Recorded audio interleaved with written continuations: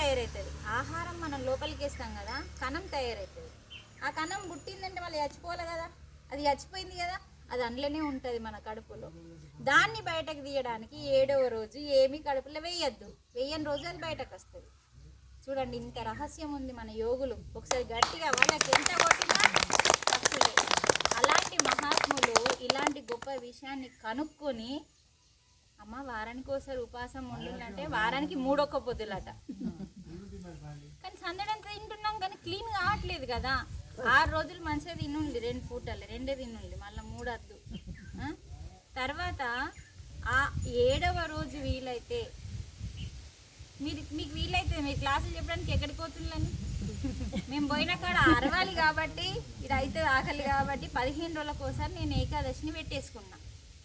ఏకాదశి వ్రతం అవుతుంది, మౌన వ్రతం అవుతుంది, లంకనం అవుతుంది. ఏదైతే మనం చేస్తున్నామో దాని పేరు లంకనం. లంకనం చేసిన రోజు అది ఔషధంగా, పరమ ఔషధం అమ్మ, ఉత్త ఔషధం కాదు.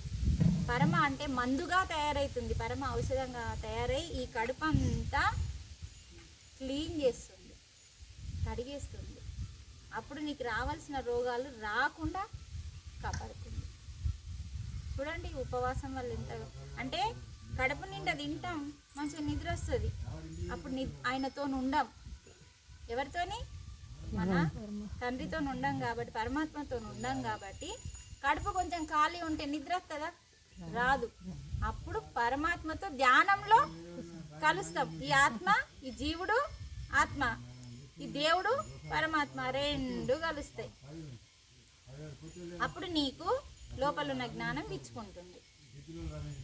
ఇంత గొప్ప ఉపవాసం మనం చేయట్లేదు. మిమ్మల్ని కలిసి 5 సంవత్సరాలే.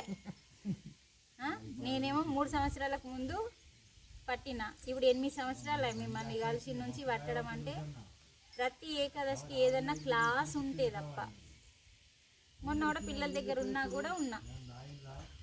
అంటే ఏకాదశి ఇప్పుడన్నా పట్టండి, అది చాలా గొప్ప వ్రతం. ఏకాదశి అంటే మీకు ఆల్రెడీ చెప్పేసిన. ఒకళ్ళు చెప్పండి, ఏం చెప్పిన ఏకాదశి అంటే ఏంటిది?